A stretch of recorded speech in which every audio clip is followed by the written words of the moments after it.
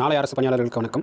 இந்த காணொலியில் நம்ம என்ன பார்க்க போகிறோம்னா, ஹால் டிக்கெட் வந்ததிலிருந்து தேர்வு முடியும் வரை முழு வழிகாட்டுதல்கள். மொத்தமாக இந்த காணொலி வந்து பார்த்திங்கன்னா 7 பார்ட்டாக வரப்போகுது. ஃபஸ்ட் பார்ட் வந்து பார்த்திங்கன்னா ஹால் டிக்கெட் வந்தவுடன், அடுத்து வந்து பார்த்திங்கன்னா செக்லிஸ்ட், அதாவது எக்ஸாமுக்கு என்னென்ன பொருட்கள் நம்ம எடுத்துகிட்டு போகணும், தயாராக எடுத்து வைக்கணும் அப்படிங்கிற செக்லிஸ்ட்டு. மூணாவது வந்து பார்த்திங்கன்னா தேர்வுக்கு ஒரு நாள் முன்னாடி நம்ம என்னென்ன பண்ணணும் அப்படிங்கிற மூணாவது காணொலி. அடுத்தது இதனுடைய 4வது பார்ட் காணொலி வந்து பார்த்திங்கன்னா தேர்வு நாளில் வந்து நம்ம என்ன பண்ணணும் அப்படிங்கிற மாதிரி. அடுத்த பார்ட் வந்து பார்த்திங்கன்னா தேர்வு மையத்தில் என்ன இருக்குது, எந்த மாதிரி நம்ம செயல்படணும் அப்படிங்கிற மாதிரி. அடுத்தது தேர்வு அறையில், 6வது பார்ட் வந்து பார்த்திங்கன்னா தேர்வு அறையில் வந்து எப்படிலாம் இருக்கும், நம்ம என்ன மாதிரி செயல்படணும் அப்படிங்கிற மாதிரி. தேர்வின் பொழுது, அதாவது 3 மணி நேரம் எக்ஸாம் போது நம்ம தேர்வு எழுதும்போது எந்த மாதிரி நம்ம கடைபிடிக்கணும், எந்த மாதிரி டிப்ஸ்லாம் நான் சொல்கிறேன், அது வந்து நீங்கள் கட்டாயமாக கடைபிடிக்கணும். கட்டாயமாக நம்ம கடைபிடிச்சோன்னா கண்டிப்பாக நம்ம தேர்வில் வெற்றி பெறலாம். அனைவரும் தேர்வில் வெற்றி பெற வாழ்த்துக்கள். இப்போ நம்ம காணொலிக்குள்ள போகலாம். நாளை அரசு பணியாளர்களுக்கு வணக்கம். இந்த பார்ட் 2 காணொலியில் நம்ம என்ன பார்க்க போகிறோம்னா, எக்ஸாம் ஹாலுக்கு நம்ம கொண்டு போக வேண்டிய பொருட்கள் என்னென்ன எடுத்துகிட்டு போகணும் அப்படிங்கிற மாதிரி கம்ப்ளீட் செக்லிஸ்ட் நம்ம என்னங்கிறத பார்க்க போகிறோம். இப்போ நம்ம பார்க்கலாம். ஹால் டிக்கெட் வந்தோடனே நம்ம என்னென்ன பண்ணணும் அப்படிங்கிறது வந்து பார்ட் 1 வீடியோவில் நான் சொன்னேன். அதிலே வந்து 3 ஹால் டிக்கெட் வந்து பிரிண்ட் அவுட் எடுத்து வைக்க சொன்னேன். அந்த 3 ஹால் டிக்கெட்டில் வந்து 1 வீட்டில் வச்சுட்டு மீதி 2 கொண்டு போயிருங்க. ஏன்னா வந்து ஒரு வேளை நீங்கள் போகும்போது காற்றடிச்சு அல்லது ஏதாவது ஒரு மிஸ்ஸிங்கில் 1 மிஸ் ஆனால் கூட நீங்கள் 1 கொண்டு போகணும். அதனால் நான் சொன்னேன். ஏன்னா அங்கே நீ கொண்டு போயிட்டு ஹால் டிக்கெட்டில் வந்து ஹால் இன்விஜிலேட்டரோட சைன் வந்து போடுற மாதிரி ஒரு இது இருக்குது. அந்த ஹால் டிக்கெட்டில் வந்து பார்த்திங்கன்னா இன்விஜிலேட்டரோட கையெழுத்து போட்டு நீங்கள் வரும்போது ரிட்டன் கட்டாயமாக கொண்டு வந்துடுங்க. ஒருவேளை கையெழுத்து போடலனாலும் உங்கள் ஹால் டிக்கெட்டில் ஹால் இன்விஜிலேட்டரோட சிக்னேச்சர் வாங்கணும் அப்படிங்கிற மாதிரி ஏதாவது இருந்ததுன்னா நீங்கள் இன்ஸ்ட்ரக்ஷன் படித்து பார்க்கும்போதே உங்களுக்கு தெரிஞ்சிடும். அந்த இன்ஸ்ட்ரக்ஷன் படி நீங்கள் அவங்ககிட்ட காட்டி கையெழுத்து கட்டாயமாக வாங்கிக்கோங்க. அதை நீங்கள் வந்து பத்திரமா வச்சுக்கோங்க. ஒரு வேளை வந்து கவுன்சிலிங் போகும்போது வந்து கேட்குறதுக்கான வாய்ப்புகள் இருக்கலாம். அதனால் நீங்கள் இந்த ஹால் டிக்கெட்டுங்கிறது ரொம்ப முக்கியமானது. நீங்கள் வந்து கையெழுத்து வாங்கிட்டு வந்து பத்திரமா வீட்டுக்கு எடுத்து வந்து வச்சுக்கோங்க. அடுத்தது பிளாக் பால் பாயிண்ட் பென், கருப்பு பந்து முனை பேனா. டிஎன்பிஎஸ்சி வந்து எக்ஸாமில் இப்போ வந்து நம்ம ஓஎம்ஆரில் வந்து பார்த்திங்கன்னா கருப்பு கலர் பந்து முனை பேனா அப்படிங்கிற மாதிரி பிளாக் பால் பாயிண்ட் பெண்ணில் தான் வந்து ஷேர் பண்ணணும் அப்படிங்கிறது வந்து கொடுத்துருக்காங்க. இதனால் வந்து கட்டாயமாக நீங்கள் கருப்பு கலர் பந்து முனை பேனா வந்து வாங்கிக்கோங்க. அதுவும் 2 வாங்கிக்கோங்க. அது வந்து உடனடியாக நீங்கள் வாங்கிட்டு உடனடியாக எக்ஸாம் போயிடக்கூடாது.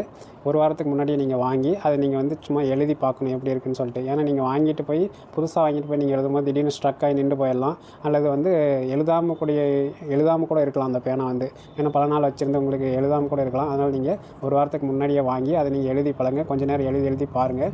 அது வந்து கரகரன்னு எழுதும். ஃபஸ்ட்டு வாங்கின பேனாக்கள் வந்து பார்த்திங்கன்னா சிலது கரகரன்னு எழுதும். அதனால் நீங்கள் வாங்கி கொஞ்சம் நேரம் எழுதி பார்த்து அதை வந்து ஸ்மூத்தாக எழுதுகிற மாதிரி உங்களுக்கு தேவையான மாதிரி எழுதி பார்த்திங்கன்னா ஸ்மூத்தாக மாறிடும். அதனால் நீங்கள் 2 பேனாவை வந்து வாங்கி எழுதி பார்த்து அதை நீங்கள் வந்து ஸ்மூத்னஸ் ஆக்கி உங்களுக்கு பழக்கப்பட்ட பேனாவாக மாற்றிக்கிங்க. அந்த 2 பேனாவை நீங்கள் கட்டாயமாக கொண்டு போங்க.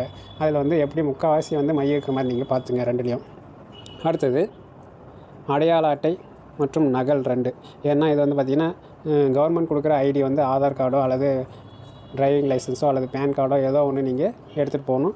இது வந்து உங்களுக்கு கட்டாயமாக எடுத்துகிட்டு போகணும். அடுத்தது இந்த நகல் 2 எதுக்குன்னு சொல்கிறேன்னா, ஒரு வேளை உங்களுக்கு அந்த ஆன்சர் சீட்டில் வந்து உங்களுடைய ஃபோட்டோ வரல அல்லது சிக்னேச்சர் வரல அப்படின்னு சொல்லி ஏதாவது கம்ப்ளைண்ட்டாக இருந்ததுன்னா வந்து பார்த்திங்கன்னா ஒரு லெட்டர் எழுதி கொடுக்குற மாதிரி இருக்கும் நம்ம ஆல் இன்விஜிலேட்டர்கிட்ட.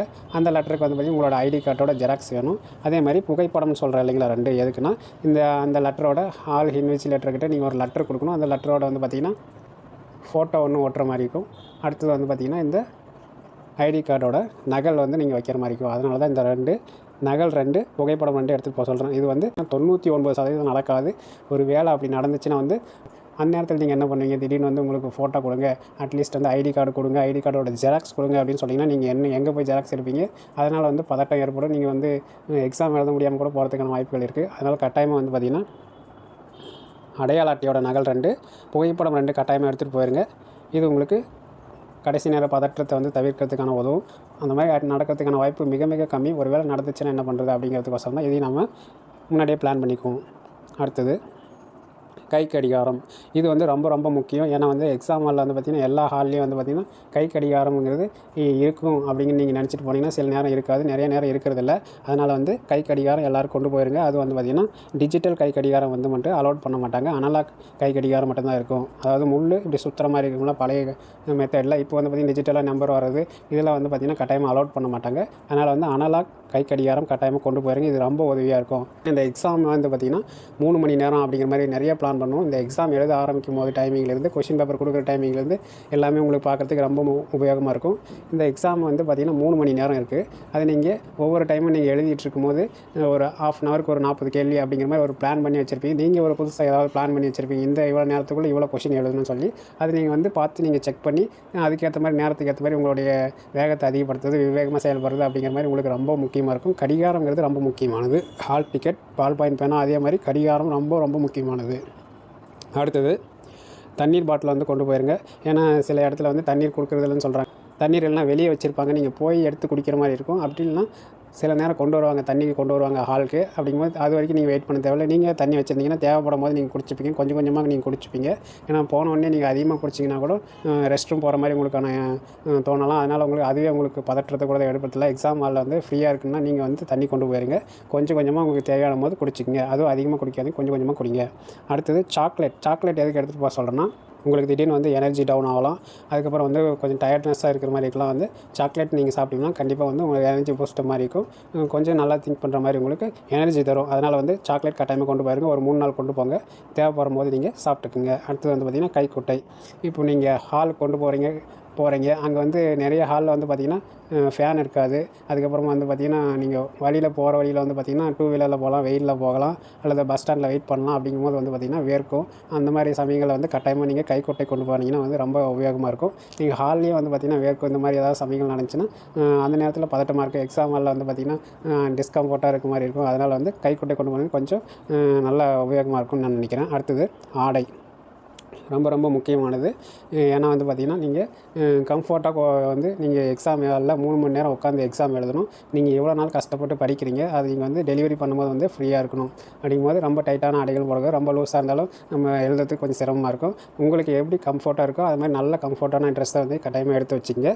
இந்த ஆடைங்கிறது ரொம்ப முக்கியமானது. அடுத்து வந்து பார்த்திங்கன்னா இந்த லிஸ்ட்லேயே ரொம்ப ரொம்ப முக்கியமானது வந்து பார்த்திங்கன்னா இந்த தன்னம்பிக்கை. லாஸ்ட் அண்ட் ஃபைனல் ரொம்ப முக்கியமானது வந்து பார்த்திங்கன்னா தன்னம்பிக்கை தான். நீங்கள் வந்து எக்ஸாமுக்கு போகும்போதே வந்து பார்த்திங்கன்னா கட்டாயமாக நான் இந்த பரீட்சையில் பாஸ் பண்ணுவேன் அப்படிங்கிற மாதிரி ஒரு நம்பிக்கையோடு நீங்கள் போங்க. கட்டாயமாக நீங்கள் ஜெயிப்பீங்க. அடுத்தது இந்த எக்ஸாமுக்கு நீங்கள் போகும்போதே வந்து நான் இந்த பரீட்சையில் கட்டாயமாக பாஸ் பண்ணுவேன், கட்டாயமாக நான் நாளையில் வந்து அரசு பணியாளர் ஆகுவேன் அப்படின்னு நம்பிக்கையோடு போங்க.